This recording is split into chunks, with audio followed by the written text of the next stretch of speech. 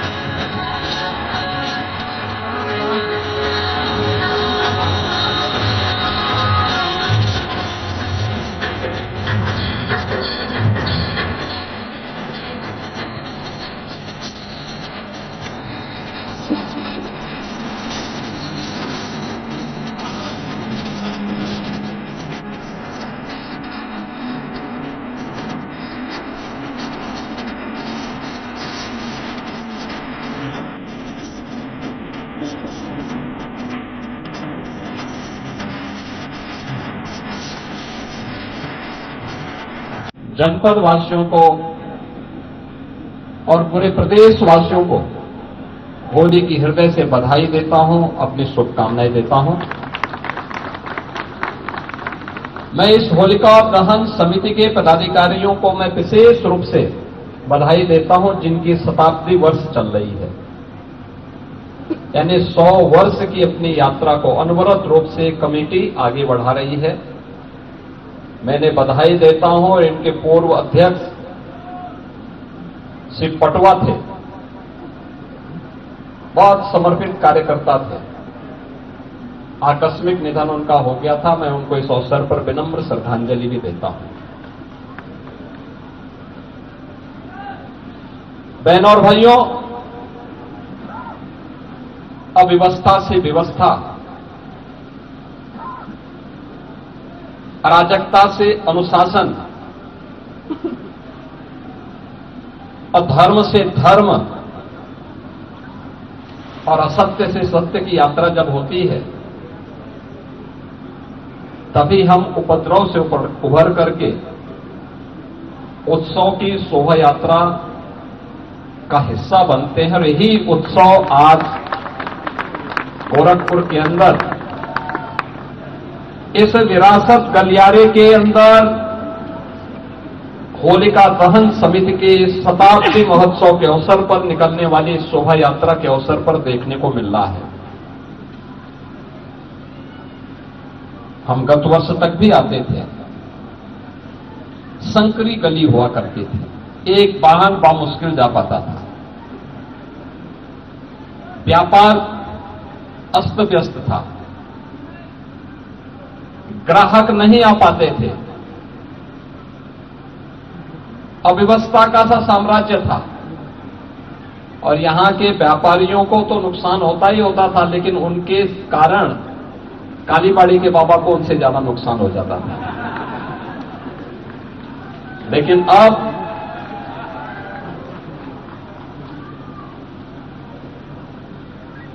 मैं इस बात को मान सकता हूं कि जब एक गलियारा बन रहा है और जिस दिन बन जाएगा, यह गोरखपुर का सबसे खूबसूरत गलियारा होगा गोरखपुर का।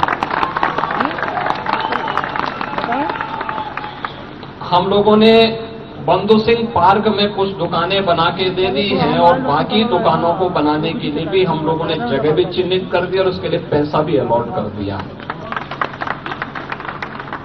तो यहां पे डाइट कॉलेज के पास एक नया कॉम्प्लेक्स तैयार होना है। देखिए, किसी को उजाड़ना नहीं, वह फल फूल सके, उसके सामने अवसर आ सके, उसका व्यवसाय आगे बढ़ सके। मैं रवि किशन तो कहीं भी नाच गा करके पैसा कमा सकता, लेकिन कालीबाड़ी के बाबा कहां से कमाएंगे? जब आपकी समृद्धि होगी तभी बाबा के पास भी कुछ आएगा। और इसीलिए इस गलियारे को विशेष रूप से गोरखपुर का पुराना गोरखपुर है। पहले यहीं से पूरा पूर्वी उत्तर प्रदेश का व्यापार संचालित होता था। गोरखपुर, बिहार, नेपाल के अंदर बड़े पैमाने पे लोग इसी पांडे हाता में आकर के शादी ब्याह से जुड़े हुए सभी सामान खरीदते थे। लेकिन जब कंजेशन हुआ, भीड़ भाड़ हुई, संकरी गलियां हुई, जाम हुआ, व्यापार उजड़ने लग गया। मांग के अनुरूप सुविधा नहीं दे पाए। और अब ये डबल इंजन की सरकार वो सुविधा भी दे रही है, सुरक्षा भी दे रही है। और सुविधा और सुरक्षा का परिणाम क्या है कि इनके जीवन में तो खुशहाली आएगी, गोरखपुर विकास करेगा, प्रदेश विकास करेगा, और प्रदेश विकास करेगा तो देश विकास करेगा। विकास की इकाई ऊपर से नहीं आती, विकास नीचे से ऊपर जाता है। सरकार योजना बना सकती है। और मैं धन्यवाद दूंगा विरासत गलियारे से जुड़े हुए सभी व्यापारियों को, यहां के नागरिकों को। उनके मन में पीड़ा जरूर थी, लेकिन उन्होंने व्यक्त नहीं किया बल्कि सहयोग किया। और आज उसी का परिणाम है कितना शानदार गलियारा। मैं भी जैसे मैं यहां प्रवेश किया तो मैं स्वयं पहचान नहीं पा रहा था। मैंने कालीबाड़ी के बाबा से पूछा, मैंने कहा हम लोग कहां आ रहे हैं, पांडे हाता कहां है? बाबा ने कहा यही है। मैं समझा कि ऐसा तो नहीं है कि बाबा जो है डोसा खिलाने के लिए कालीबाड़ी ले जा रहे हैं। यद्यपि उन्होंने कभी खिलाया नहीं, लेकिन मैं सुनता हूं कि खिलाते हैं। बाबा ने कहा नहीं नहीं, यही है पांडे हाता का मार्ग। देखो, पहले की तुलना में 3 गुना ज्यादा चौड़ा हो गया है मार्ग। देखो ना कितना शानदार लग रहा है। और अभी यहां पे फसाड भी कायदे से आ जाएगा ना, एक जैसा कलर, एक जैसी डिजाइन के साथ। गोरखपुर ही नहीं, प्रदेश का सबसे शानदार गलियारा हो जाएगा। यही है विरासत का संरक्षण। जिस विरासत का संरक्षण आप पर्व और त्योहारों के माध्यम से भी करते हैं। होली 100 वर्षों से ये होलिका दहन समिति इस शोभा यात्रा के माध्यम से अपनी विरासत का संरक्षण कर रही है।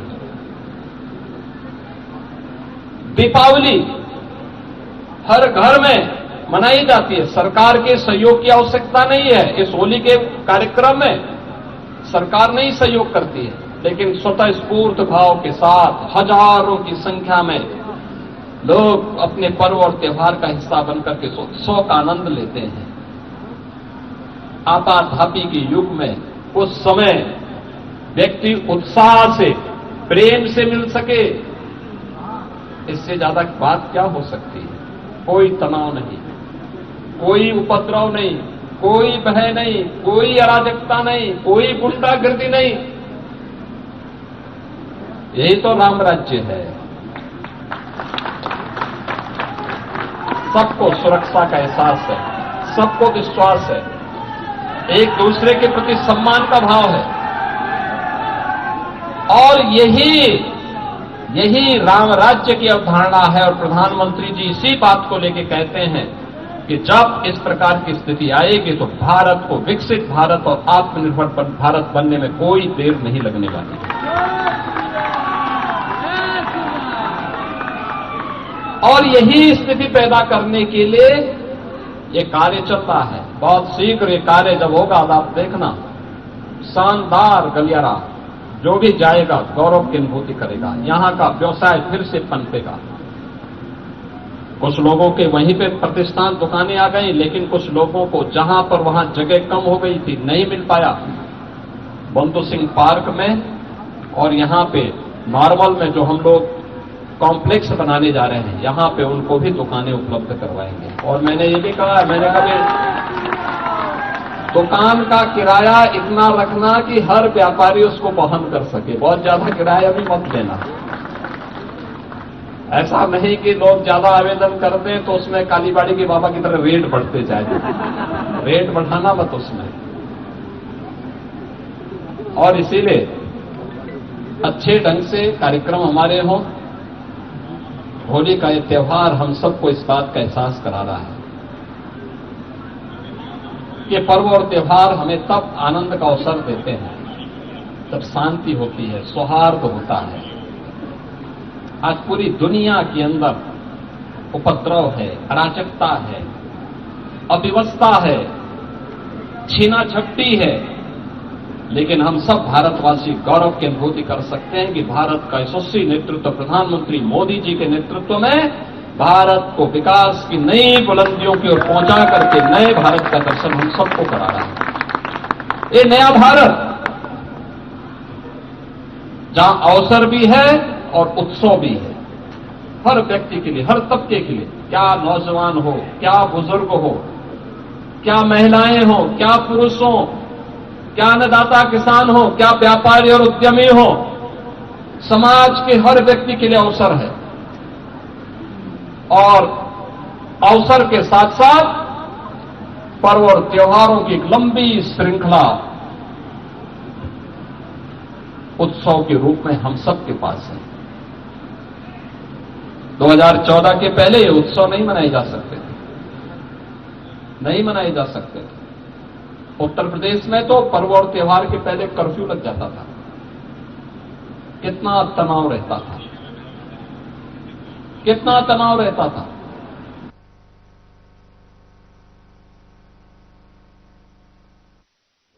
कनाडा के प्रधानमंत्री भारत की आधिकारिक यात्रा पर विदेश मंत्रालय ने विशेष जानकारी दी है। क्या कुछ कहा, आपको सुनाते हैं। Good afternoon, friends. It's a pleasure to talk to you again.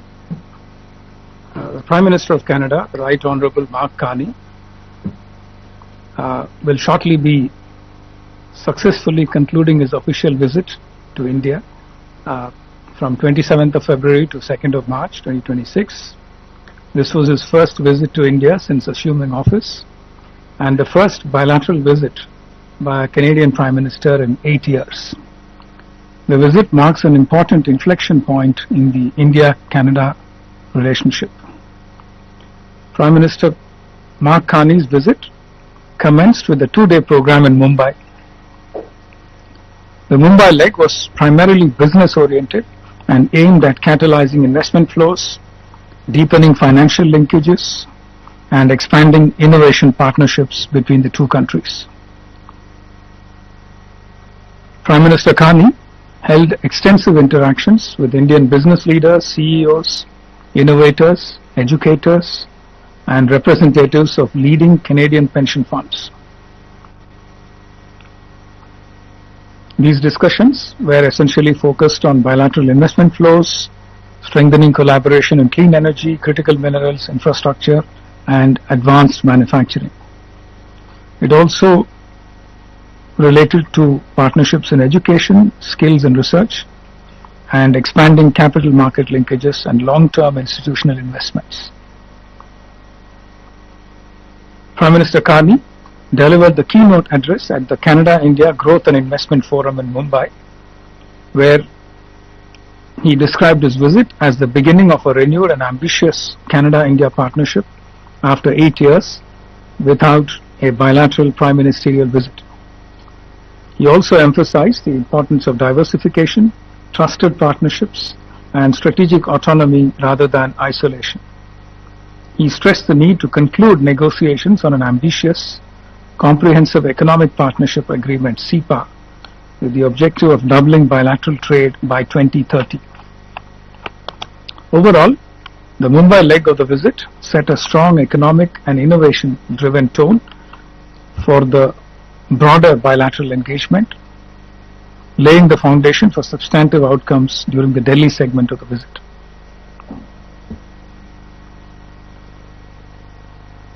Before I come to the Delhi leg, I just wanted to mention that over the past year, both sides have worked steadily to stabilize and normalize the relationship. This visit has taken that process forward decisively, moving the partnership from normalization to structured expansion. Earlier today, the Prime Ministers held wide-ranging and constructive discussions. They reaffirmed their shared commitment to rebuild strategic trust, strengthen institutional cooperation, and anchor the relationship in mutual respect, sovereignty, and democratic values. As far as the deliverables for the visit are concerned, we have a joint statement which is comprehensive in scope and forward-looking in ambition, and a number of MOUs in the G2G, education and research, and B2B domains. We have brought out a fact sheet to capture the deliverables. Both of these are available on MEA's website. The leaders' joint statement articulates a structured vision for the renewed India-Canada strategic partnership, anchored in the guiding principle of Vasudhaiva Kutumbakam, one earth, one family, one future. In that sense, the joint statement provides a long-term framework, political, economic, technological, and strategic, to guide bilateral engagement over the coming decade. It signals not just normalization, but renewed ambition. The visit delivered concrete outcomes across 5 pillars. Number 1 was the agreement on a durable economic anchor through the launch of CEPA. The signing of the terms of reference for a CEPA provides a clear roadmap to conclude an ambitious, balanced, and mutually beneficial agreement by the end of 2026. To sustain the momentum, the India-Canada CEO Forum has been reconstituted and met today in New Delhi a short while ago. A new finance minister's economic and financial dialogue has been launched. Both sides agreed on reciprocal ministerial-led trade and investment engagements to unlock commercial opportunities. Beyond government-to-government outcomes, the visit witnessed substantial commercial announcements and investment commitments across a wide range of sectors, including pharmaceuticals and life sciences, agri-food processing, clean technology and water infrastructure, financial services and fintech, advanced manufacturing, hospitality, and digital innovation. These announcements reflect growing confidence among businesses in both markets and underscore the depth of two-way investment flows.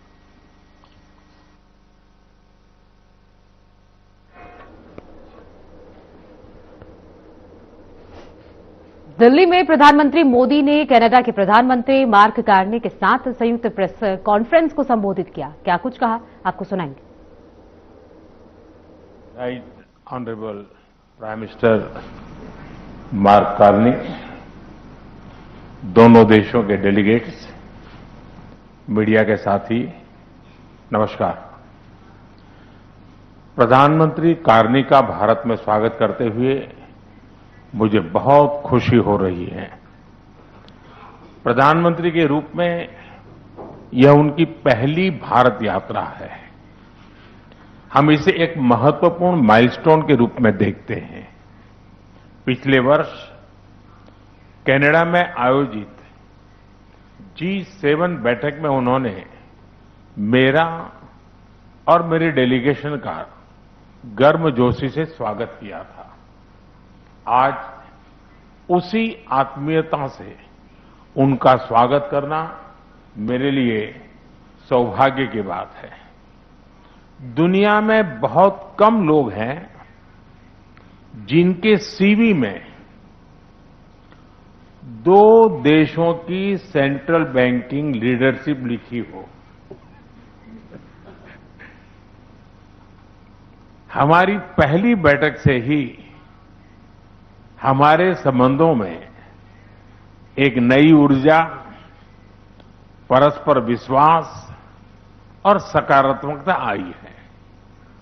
सहयोग के हर क्षेत्र में बढ़ते momentum का श्रेय मैं अपने मित्र प्रधानमंत्री कार्नी को देता हूं। फ्रेंड्स, भारत और कनाडा लोकतांत्रिक मूल्यों में अटूट विश्वास रखते हैं। हम डायवर्सिटी को सेलिब्रेट करते हैं। मानवता की भलाई हमारा साझा विजन है। यही विजन हमें हर क्षेत्र में आगे बढ़ने की प्रेरणा देता है। आज हमने इस विजन को नेक्स्ट लेवल पार्टनरशिप में ट्रांसफॉर्म करने पर चर्चा की। हमारा लक्ष्य है कि 2030 तक हमारा व्यापार $50 बिलियन तक पहुंचे। आर्थिक सहयोग का पूरा पोटेंशियल अनलॉक करना यह हमारी प्राथमिकता है। इसलिए हमने कॉम्प्रिहेंसिव इकोनॉमिक पार्टनरशिप एग्रीमेंट को जल्द ही फाइनलाइज करने का निर्णय लिया है।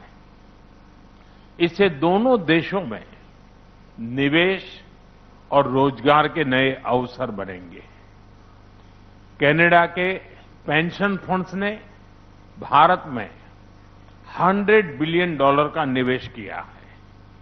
यह भारत की ग्रोथ स्टोरी में उनके गहरे विश्वास का प्रतीक है। आज हमें दोनों देशों के बिजनेस लीडर से भी मिलेंगे। उनके सुझाव हमारी आर्थिक साझेदारी का रोड मैप तय करेंगे। फ्रेंड्स, टेक्नोलॉजी और इनोवेशन में हम नेचुरल पार्टनर हैं। With Canada and India innovation partnership we will turn ideas into global solutions.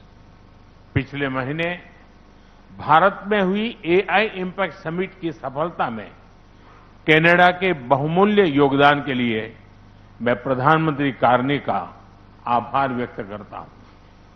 हम एआई के साथ साथ क्वांटम, सुपर कंप्यूटिंग और सेमीकंडक्टर्स में सहयोग बढ़ाएंगे। क्रिटिकल मिनरल्स पर आज हुआ एमओयू रिजिलियंट सप्लाई चेन्स को मजबूती देगा। स्पेस सेक्टर में हम दोनों देशों के स्टार्टअप्स और इंडस्ट्रीज को जोड़ेंगे। फ्रेंड्स, प्रधानमंत्री कार्नी के लिए एनवायरमेंट कोई अलग एजेंडा नहीं, बल्कि इकोनॉमिक स्टेबिलिटी का हिस्सा रहा है। ऊर्जा के क्षेत्र में हम नेक्स्ट जनरेशन पार्टनरशिप बना रहे हैं, जिसमें हाइड्रोकार्बन के साथ साथ रिन्यूएबल एनर्जी, ग्रीन हाइड्रोजन और एनर्जी स्टोरेज पर विशेष बल दिया जाएगा। हमें खुशी है कि कनाडा ने इंटरनेशनल सोलर अलायंस और ग्लोबल बायोफ्यूल अलायंस से जुड़ने का निर्णय लिया है। हमारे साझा प्रयासों को आगे बढ़ाने के लिए हम इस वर्ष India Canada renewable energy and storage summit आयोजित करेंगे। सिविल न्यूक्लियर एनर्जी में हमने लॉन्ग टर्म यूरेनियम सप्लाई की लैंडमार्क डील की है। हम स्मॉल मॉड्यूलर रिएक्टर्स और एडवांस रिएक्टर्स पर भी मिलकर काम करेंगे। कृषि में वैल्यू एडिशन, एग्री टेक्नोलॉजी और खाद्य सुरक्षा हमारी साझा प्राथमिकताएं हैं। इस दिशा में भारत में India Canada pulse protein centre of excellence स्थापित किया जाएगा। बुलेटिन में फिलहाल के लिए इतना ही। आगे की तमाम खबरों के लिए बने रहिए हमारे साथ।